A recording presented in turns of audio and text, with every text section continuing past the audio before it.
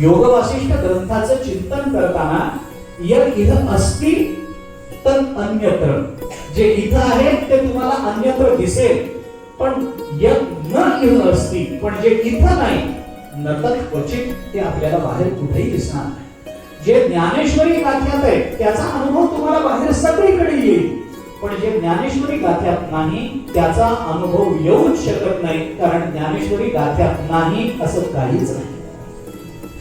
जे जे अनुभव आम्हाला येतात त्या त्या अनुभवावरून ज्ञानेश्वर महाराज आम्हाला ज्या भूमिकेपर्यंत नेण्याचा प्रयत्न करतात, त्या भूमिका सगळ्या ज्ञानेश्वरीमध्ये सूक्ष्म स्थूल अथवा विस्तार अथवा संकोचाने मांडलेल्या आपल्याला दिसूनच येतात. महाभारताबद्दल असं म्हणणं आहे की महाभारतामध्ये एकूण व्यक्तिरेखांचा विचार करता इतक्या व्यक्तिरेखा आहेत की महाभारताच्या संबंधाने असं म्हणतात की जगामध्ये अशा वृत्तीचा माणूस नाही की त्याचं प्रतिबिंब महाभारतात उमटलेलं नाही. तुम्ही कोणत्या वृत्तीचा माणूस दाखवा, सत्वशील दाखवा, रजोगुणी दाखवा, तमोगुणी दाखवा, सत्व रजाच्या संबंधामध्ये सत्वाची प्रबलता, रजोगुणाची दुर्बलता, तमोगुणाची दुर्बलता दाखवा, तमोगुणाच्या प्राबल्यामध्ये रजोगुण साह्यकारी आणि सत्वगुणाची दुर्बलता दाखवा. कोणत्याही प्रवृत्तीचा माणूस या जगतामध्ये आपल्या समोर जर उभा राहत असेल तर त्याचं प्रतिबिंब आपल्याला महाभारतात दिसल्याशिवाय राहणार नाही, इतकं महाभारत मोठं आहे. 1.25 लाख श्लोकाचं म्हणतात ज्ञानोबा, पण 1.25 लाख श्लोकामध्ये महाभारतामध्ये ज्या मनोवृत्तीची माणसं आपल्याला भेटत राहतात त्या सगळ्या मनोवृत्तींचं दर्शन ज्ञानोबाने अवघ्या 9000 ओव्यांमधून आपल्याला घडवून दिलं. सोपं नाही, हा ग्रंथ सामान्य नाही. ज्ञानेश्वरी गाथा आपल्या जीवनाचा अपरिहार्य भाग आहे. ज्याच्या जीवनात ज्ञानेश्वरी नाही, गाथा नाही, उपयोगच नाही, त्याला जीवन म्हणूच नका. मानवी नाही, त्याला माणूसच म्हणू नका.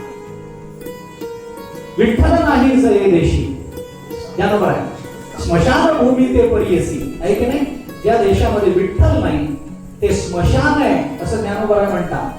तसं आपण दुसरा विचार करू, ज्या घरामध्ये ज्ञानेश्वरी गाथा नाही ना ते घर सुद्धा घर नाही, स्मशान आहे.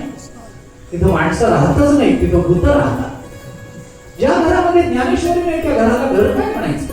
ज्या घरामध्ये गाथा नाही, ज्या घरामध्ये हरिपाठ म्हटला जात नाही, कुठेतरी भिंतीवर हरिमुखे म्हणा लिहिलेलंच नाही, त्या घराला घर काय म्हणायचं? ज्या घरातल्या मुलांना, ज्या घरातल्या सदस्यांना अजून बसायला काय हे माहिती नाही, त्या घराला घर कसं म्हणायचं? आपण म्हणतो की नाही, अहो ज्या घराच्या अंगणामध्ये तुळस नाही त्या घराला घर पण काय? ते घर काय हिंदूंचं घर मानलं जातं काय? नाही ना, नाही ना. तसं ज्या घरामध्ये ज्ञानेश्वरी गाथा नाही ते घर तरी काय घर आहे हो? त्या घराला घर कसं म्हणायचं? ते घर नुसती घरघर नव्हतं, ते घर घरपणा देत नाही. ही ग्रंथ अलौकिक ग्रंथ आहे, आपण याचा विचार केला पाहिजे. आणि त्याकरता तुम्ही आलात याबद्दल फक्त तुमच्या प्रती कृतज्ञता व्यक्त करण्याकरता मी बोलतोय.